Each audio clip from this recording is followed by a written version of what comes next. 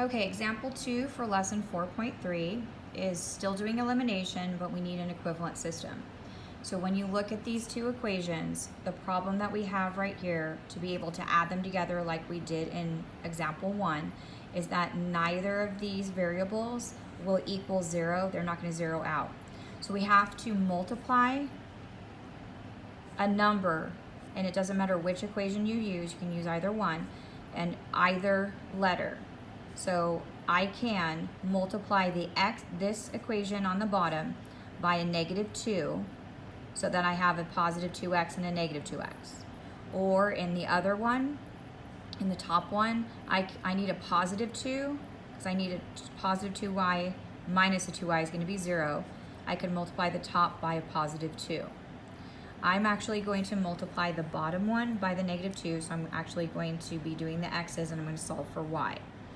Okay, so in order to get a -2 times this x, I need to multiply by a -2. And we multiply every single item, so the x, the -2y, and the -5 by -2. Okay, so this is going to be -2x, and -2 times -2y is positive 4y. Okay, and then -5 times -2 is 10. Okay, so now I have an equation that I can use to add these together. So I'm going to move 2x plus y equals 2 down here below it so I can add these together. Okay, so -2x and positive 2x is 0. 4y plus y, remember there's a 1 here, is 5y. And 10 plus 2 is 12. So you're actually going to get, when you do this, you're going to get a fraction. So divide by 5 to get y by itself, and what you do on one side, you do on the other.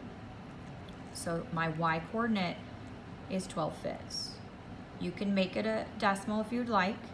If you make it a decimal, it's actually 2.4, because it's 2 and 2/5. Okay, so now what I need to do is, because I'm not done, so my point's going to be, my y coordinate is 2.4. So I'm going to plug in 2.4 for my y up above. Okay, so I have 2 times x plus 2.4, and I'm using the top equation, equals 2. In order to solve this, I need to, because I don't want to get something that's a little weird by dividing by 2 right now, I'm going to subtract 2.4 from both sides so that I can divide by 2 once from the 2x. This becomes 0. 2x is still on the left. 2 minus 2.4 is 0.4. I'm sorry, it's -0.4. Okay, and then when I divide by 2 and divide by 2, then x equals -0.2. Okay, and -0.2, if you wanted to leave it as a fraction, it's going to be -1/5.